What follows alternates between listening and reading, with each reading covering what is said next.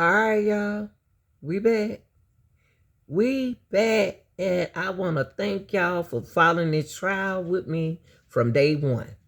Y'all know we've been with this trial through thick and thin, to working and everything else, to bad connection and everything else.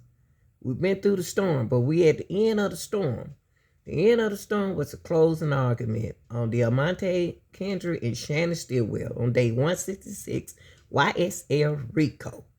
Now, I'm not going to play the whole closing argument, but I am going to let y'all hear a little details in it. You know how Grandma funny and acting Grandma Lanita is. Close that screen though now and like, share, and subscribe. Now, you know, I'm not going to be like everybody else. I don't want to know these people's name. But now he talk about two ways of violating the RICO. The RICO wasn't even violated, period. Anybody violating anything, it was the prosecution team. So let's hear this. On your verdict form, it will say the defendant violated subsection A or subsection B, conspired to violate. So I'm going to walk through what is A, what is B. They don't have to actually have committed A and B, although in this case, I believe that they have, as I'm going to show you. You just have to say, did they ever conspire? And remember these principles I talked about.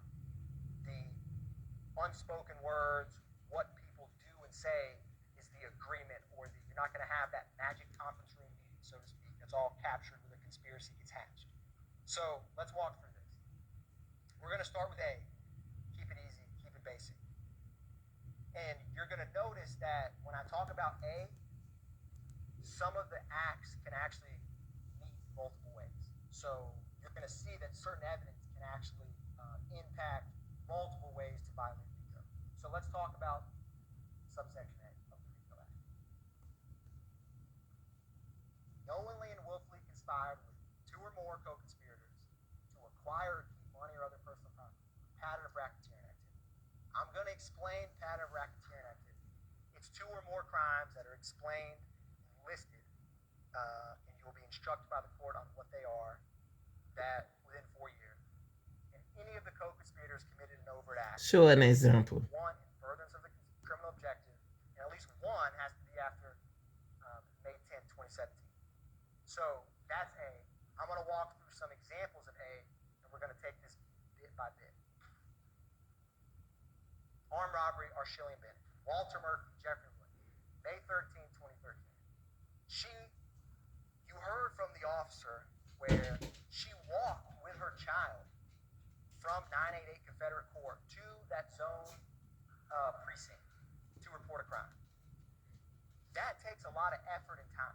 So I'm going to use this top one while that bottom thing comes back. But, obviously... He's just wasting time. Did not want to acknowledge about the robbery, but I argued there's about to be a real bullet in her window that was taken by a crime scene tech, which just responds to a scene. That is 988 Confederate Court, which comes up that address in the area multiple times. And she said that she told the officer at the time, her Kel-Tec, the money, her purse was stolen. Acquired money. Now, Walter Murphy, Jeffrey Williams, and she said someone that she didn't know, Jeffrey Williams' brother, that's multiple people doing it. That's one crime, one act. But when they work together, it's much easier to get property and items. And no one expects Ms. Bennett to come in here and testify. Certainly not back then, and certainly not now. But that is an example of acquiring or obtaining money. It's robbery. Derek Dotson. Also in 2013, this is 5 through 7, Adrian Bean, the coin laundry, where Miss Marissa Cisneros' car flew over the ledge. I mean, Adrian Bean sat here for what felt like an eternity and didn't remember entire years, but he flew over while driving a car over a 6-foot bank. Why did he not remember any of that? Just think about that. It was high. I think the only thing he said is that memorable moment where he's like, keep it a buck. He took his mask off. But he clearly would remember flying over a wall. Why are they not coming here and talking about it? Now this, again, Walter Murphy, Jeffrey Williams, that's the location where Leonard Pass's car, which is that gray Dodge, right there, is parked Summerdale Apartments. Obviously, this is in the Cleveland Avenue area, because often these crimes are committed in the same locations, which become important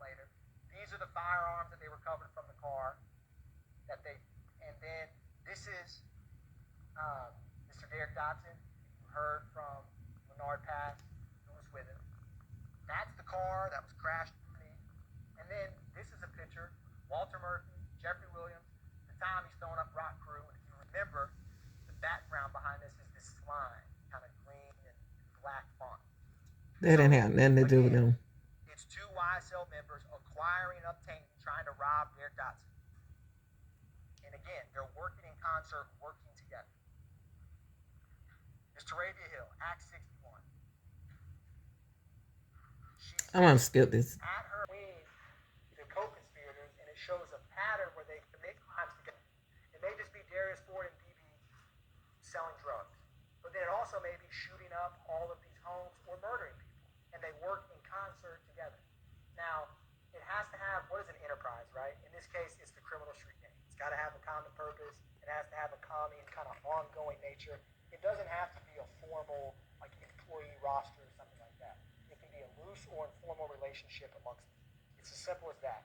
Seeing how the way that YSL, the common identifiers, and the way that they act and speak in concert shows that they have, I would argue, more than a loose relationship with one another.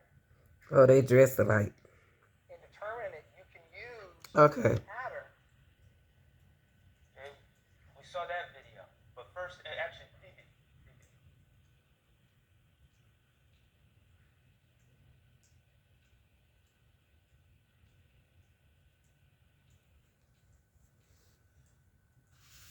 Investigator Viverito brought this into evidence, said this was one of the social media posts that she pulled. Remember that? When she wrote no reports about pulling social media, we have no idea what she looked at, what she didn't. She just determines what's relevant. Not us. Not you. You don't get to see that. She determines. Remember? This came into evidence. Mm-hmm.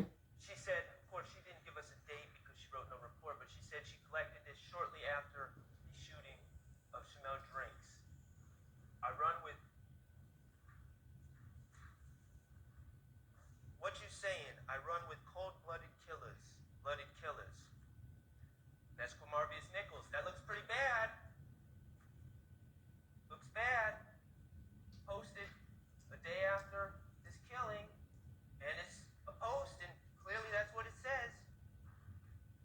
No other explanation. And then what do we find out later? What do we find out later? Can you put on 471 BB? Come on, Wakamo. We find out that this was part of a post, a story that had a bunch of different posts about fear of roller coasters, about being sick, a whole bunch of different things. And then we finally get to the part where it has the lyrics from Young Boy Never Broke Again, right? Let's watch.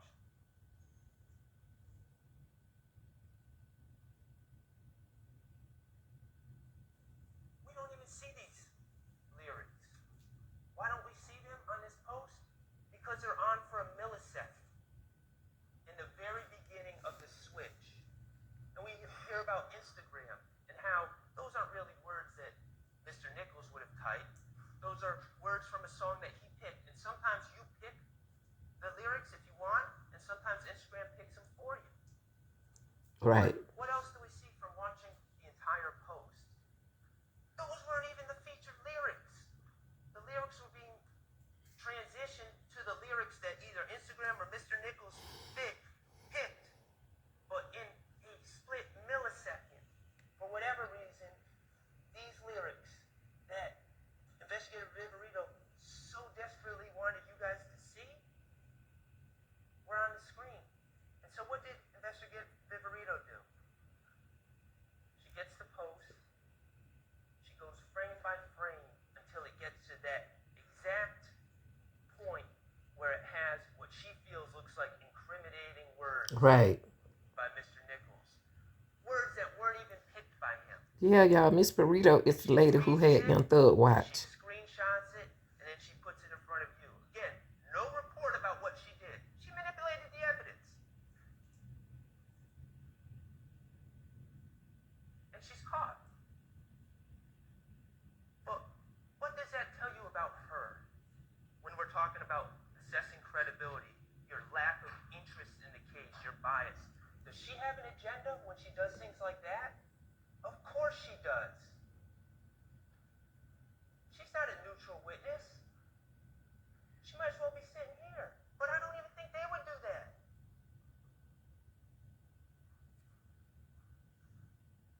personal credibility as you observe.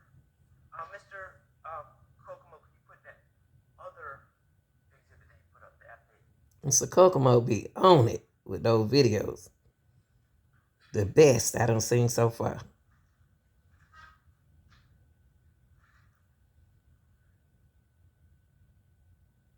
530 VV, this is the affidavit. Remember, we learned about affidavits, and Investigator Viverito was looking into the assassination attempts that she was of Mr. Rashawn Bennett in the jail. She wanted to search Jeffrey Williams' home, right? And so she had to fill out an affidavit to give it to a judge to get permission to convince the judge, basically, to give her permission to search Jeffrey Williams' home for evidence. So what does she do? Take that watch. She finds a conversation, a text thread, where Mr. Williams says, YSL rule the world, kid, 24M on an N head. And she holds it and makes it bigger and circles it for the judge to draw attention to that, because of course she wants the judge to feel that Mr. Williams is just ordering hits on people. That's the implication. That's the message she's sending the judge. And here I am. I know about Jeffrey Williams 3 and Jeffrey Williams 4 that Mr. Steele brought in, about the day before this text thread about Lil Uzi Vert putting a $24 million diamond into his own forehead, and Jeffrey Williams thinking that's funny, and that conversation happening, and this having nothing to do with ordering hits on anyone. And here I am. I say, oh, let me confront Investigator Viverito with this. And what was my point, really? What should have happened?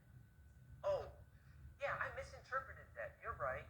And then I would have been Mr. Smart Lawyer and said, see, jurors, Investigator Viverito doesn't always know what she's talking about. She misinterpreted that one when she's telling you what my client means when he says things, what other people mean when they say things. Investigator Viverito doesn't know. She makes mistakes. That's what I thought was going to happen. But what happened? Something far darker. Investigator Viverito sat in that chair and said, she doubled down.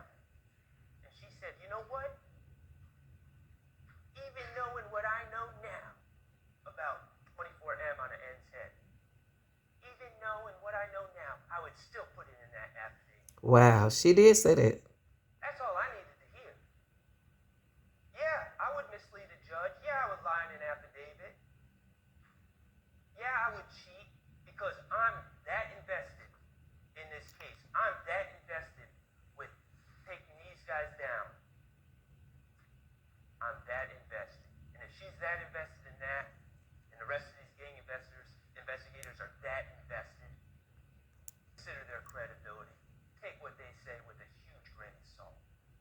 You don't have to believe what they say. You can disregard everything they say. The law allows you to do that. Now, this is one of the defense, Shannon Steelwell attorney, Mr. Sharp. Okay.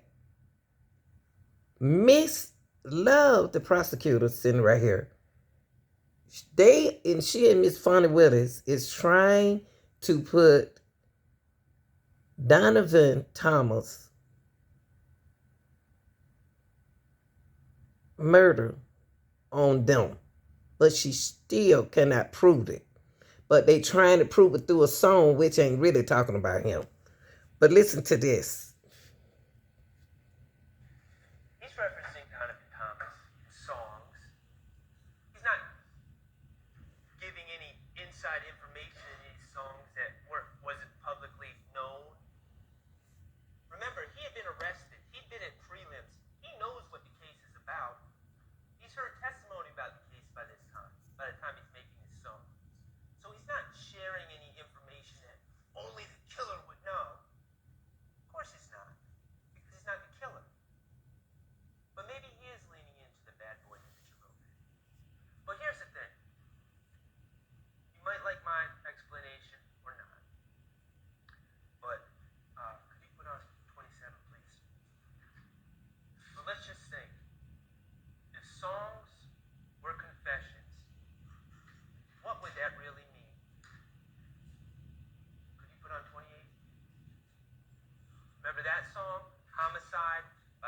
I remember that. Kenneth Copeland, who played the role of the assassin, Brett Trevante Turner. You watched the video. I don't think we need to watch it again. Who gets killed? Someone who looks like Donovan Thomas, who put money on his head. Kenneth Copeland. If songs are confessions, and Kenneth Copeland has confessed, he hasn't been charged. He's not sitting here on this indictment. So They didn't use. songs are just songs. See, they didn't use Kenny Copeland. He confessed through the song lyrics. He's not YSL. He said he told them what YSL was a label, but they kept trying to put it on Thug. Now rub the back of their head, girl. Are just posts.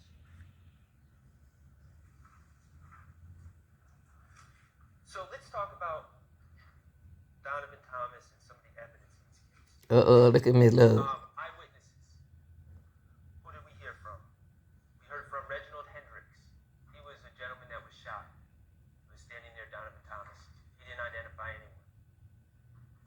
We heard from two witnesses, two people that were in the barbershop, working in the barbershop. They heard shots. They ducked. They described what happened afterwards. No one identified anyone out of those two witnesses. We heard from a man named Sammy Davis, an older gentleman who lived across the street, who knew Donovan Thomas. They called him Car Wash. He watched Donovan Thomas's car. He didn't see anyone in the car. That was his testimony. Then we didn't hear from, but we heard about someone named Spencer Wright. Well, actually, we heard about someone named Nicholas Robinson. Look at Love looking that up. She writing it down. Investigator Thorpe talked about it, and definitely District Attorney Sprinkle talked about this as well. What did we hear about Nicholas Robinson? We heard about Nicholas Robinson September of 2015. He was being arrested for felony theft. Now she gonna add that in her thing. And when he's being arrested, and when I say he's being arrested by the Atlanta Police Department, by an officer, and he's hours away from having, what I like to talk about, the Fulton County Blues. He's hours away from having that blue jumpsuit on, right? And what did we learn that Nicholas Robinson did? He said, "Whoa, you guys arrested me. I want to go talk to a detective about a case." So they take him to Thorpe. He wanted to talk to him about the Donovan Look at Love. homicide. They take him to Thorpe. Look at her. And Thorpe starts to interview him. Okay? And Nicholas Robinson claims he's at the scene.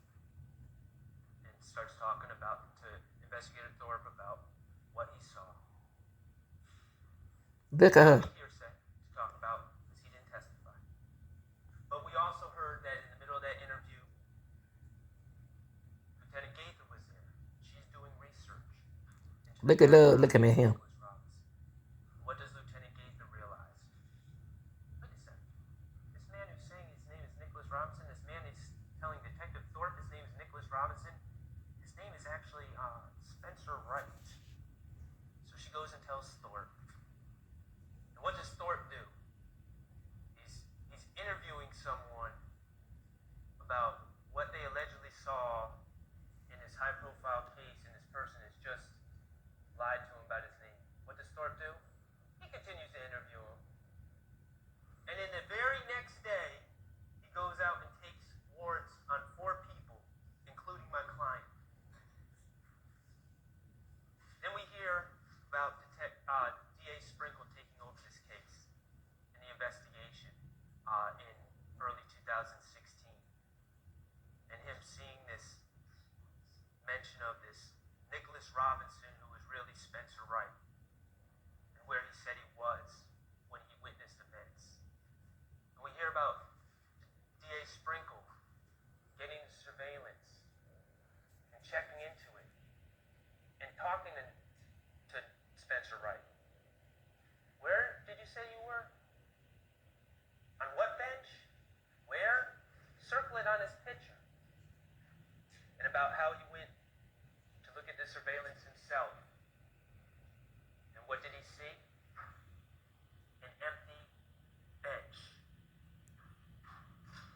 Now Hills is patting on her weave, trying to make sure the string's still in there. But watch what she do when she don't remember and recall what was said.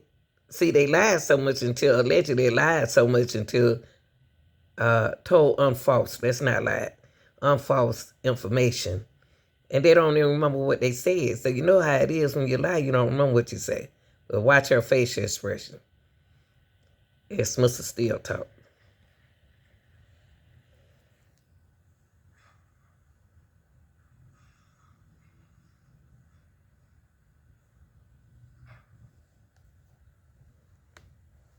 This is the other state's witness, the other witness that they chose to bring in front of you, Quindarius Zachary. And yes, he's wearing the jail blues, and he had every reason to lie to get himself out of trouble. First of all, what did Quindarius Zachary say at trial? He admitted that he lied on Shannon in two prior statements. One August 5th, 2015 to Lieutenant Gaither, and then one in a proffer session on March 3rd of 2017. And he also admitted on cross-examination that even those two statements, those two lies he told about Shannon Stillwell, were not even consistent with each other. But none of the police seemed to mind. None of the prosecutors seemed to mind. Why? Look, yeah. Remember his lie? His lie was, oh, the night of the Donovan Thomas killing, Shannon Stillwell confessed to me at Jeffrey Williams' condo.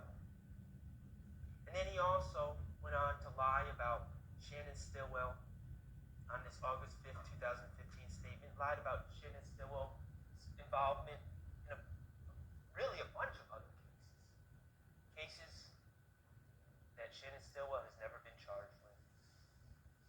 He just lied on Shannon. And he admitted his motivation for lying on Shannon. He admitted that he knew, or he was under the belief, that when he talked to the police, when he talked to Lieutenant Gaither, first of all, he needed to get bond. He had been locked up for about 7 days.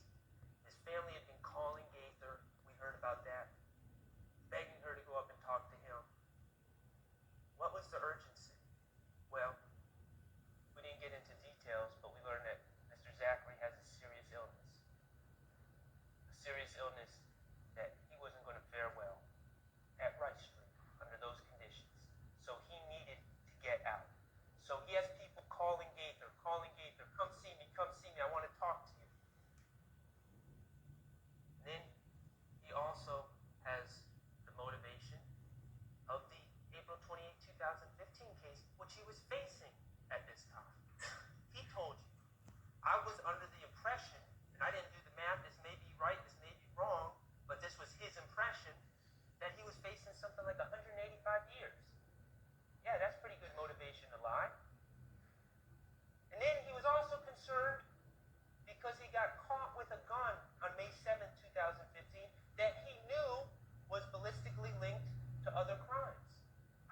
So that was a reason for him to lie. And finally, why Shannon? Because he wanted to get back at Demekion Garlington, because Demekion had told the police about the April 28, 2015 incident. And he figured blaming Shannon for things was a way to get back at Demekion, because at that time, Demekion and Shannon were close friends. So those were his motivations. Let's talk about the statements he gave. We heard about Investigator Gaither being called repeatedly to go down there and talk to him on August 5th, 2015. And she said, okay.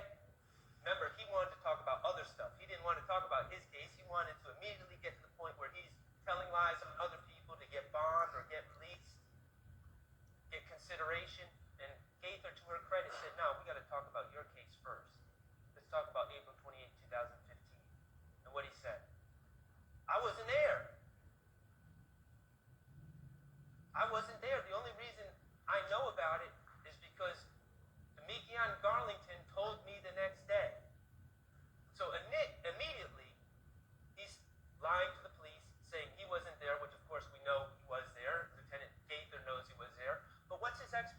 it's odd. It's interesting. Seems to be a recurring theme. I wasn't there, but, and where did he say was also? I was at home because I'm always sick, right? I was at home. I'm always sick. I wasn't there. And the only reason I know about this is because Demekion Garlington the next day confessed to me. Seeing a pattern? Everyone's always confessing to Quindarius Zachary, according to Quindarius Zachary. Of course, that was a lie. Demekion Garlington had not confessed to him. That was made up. He made up a story about someone confessing to him. And in fact, he was there. Gaither called him on it. Look at Hilton. Times said, I swear I'm telling the truth. I swear, I swear, I swear. And finally he gave up the lie. And then he proceeded to move on to other cases and make up lies on Shannon. March the stand. It's Mr. Weinstein turn, guy. Anything to do with the killing of Donovan Thomas. For Mr. Kendrick. He never testified on the stand that Demekion Garlington told him all this stuff, that Kendrick was involved in killing Donovan Thomas.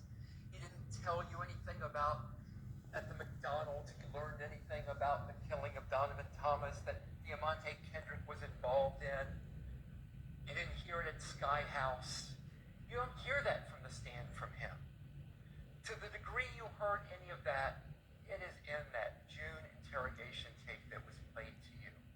He was not under oath during that interrogation. And you heard the circumstances from Mr. Sharp, all the pressure that he was under. That was his 5th interrogation. Eat him up, Weinstein. Following the murder of Donovan Thomas, and the first time he comes up with this story clearly concocted by Demekion Garlington.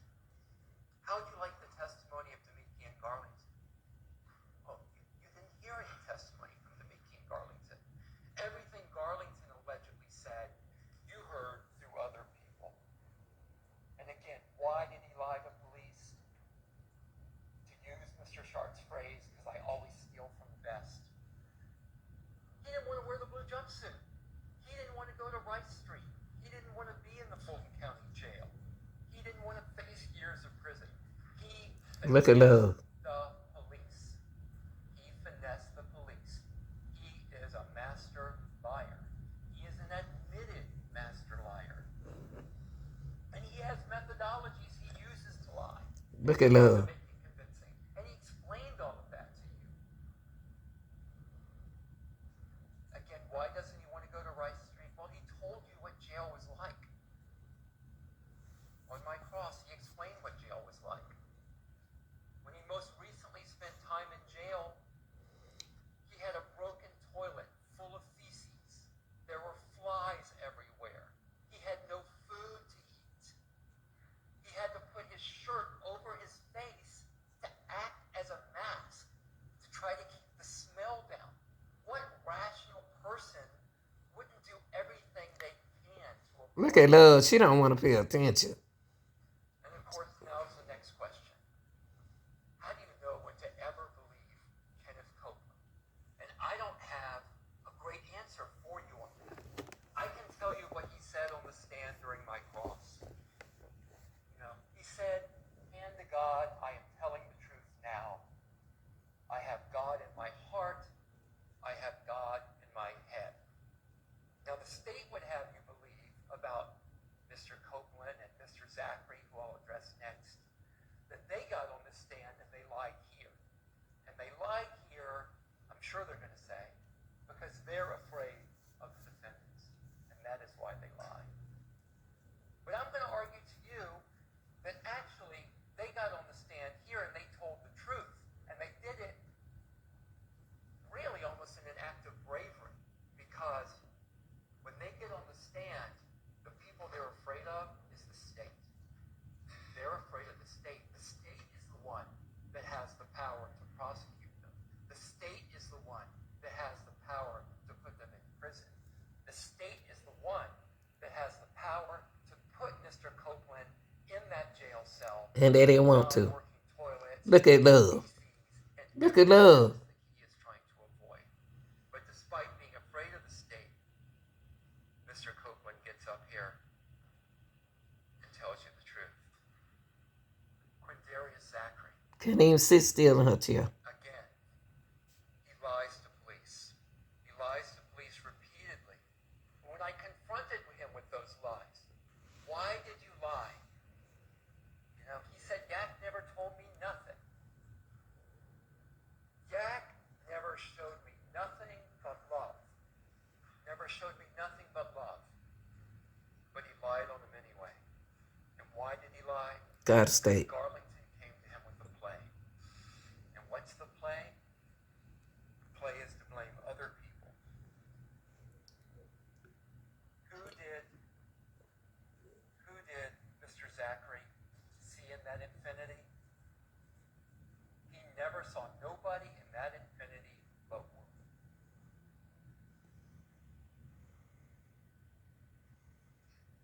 The Texaco. Oh my gosh, there's the smoking gun. There's the smoking gun that shows that my client murdered Donovan Thomas. He's on video at a Texaco station. Look at Hilton on set. All the way back in that chair. He pulls up in that Texaco in a Pontiac. He leaves the Pontiac. He goes, you've seen this video 1,000 times. Well, maybe not that many, but it must feel like it.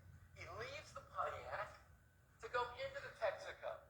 And he buys some junk food in the Texaco, goes back into the Pontiac. He sits in the Pontiac.